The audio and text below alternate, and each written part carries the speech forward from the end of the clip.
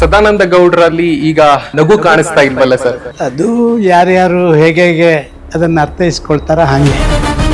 BJP high command ಮತ್ತು ರಾಜ್ಯ BJP ದಿವ್ಯ ನಿರ್ಲಕ್ಷ್ಯ ಮಾಡಿದೆ ಅಂತ ಅನಿಸ್ತಾ ಇದೆಯಾ ನಿಮಗೆ? ಸರ್ ಖಂಡಿತವಾಗಿಲ್ಲ. 145 ಜನ ಕೂಡ ಒಂದೇ ಹೆಸರು ಹೇಳಿದ್ರು, ಸದಾನಂದ ಗೌಡ್ರೆ ಅಭ್ಯರ್ಥಿ ಆಗ್ಬೇಕು.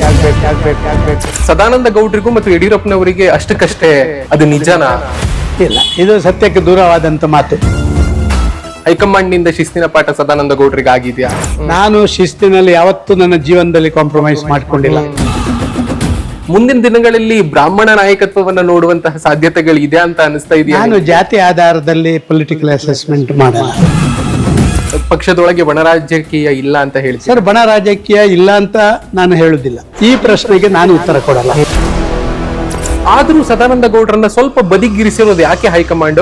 ನಾನೇ ವಾಲಂಟಿಯರ್ ಆಗಿ ಚುನಾವಣೆಗೆ ಸ್ಪರ್ಧೆ ಮಾಡೋದಿಲ್ಲ ಅಂತ ಹೇಳಿದ ಮೇಲೆ ಅವ್ರೇನ್ ದೂರ ಇಡೋದು ನನ್ನನ್ನ?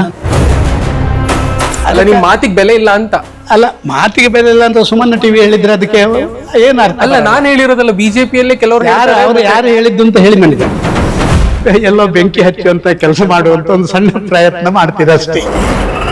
ಬೆಂಕಿ ಹಚ್ಚೋ ಪ್ರಯತ್ನ ಮಾಡಿದಿದ್ರೆ ನಿಮ್ಮ ಬಗ್ಗೆ ಮಾತನಾಡೋದಕ್ಕೆ ಬೇಕಾದಷ್ಟು ಇವೆ. ಅಲ್ಲಿ ಮಾತಾಡಿ. ಆಡಿಯೋದಲ್ಲಿ ಬಂದಿರುವ ವಾಯ್ಸು ನೀವು ಆತ್ಮಸಾಕ್ಷಿಯಿಂದ ಒಪ್ತೀರಾ ಸರ್? ಇಲ್ಲ, ಒಪ್ಪೋದಿಲ್ಲ.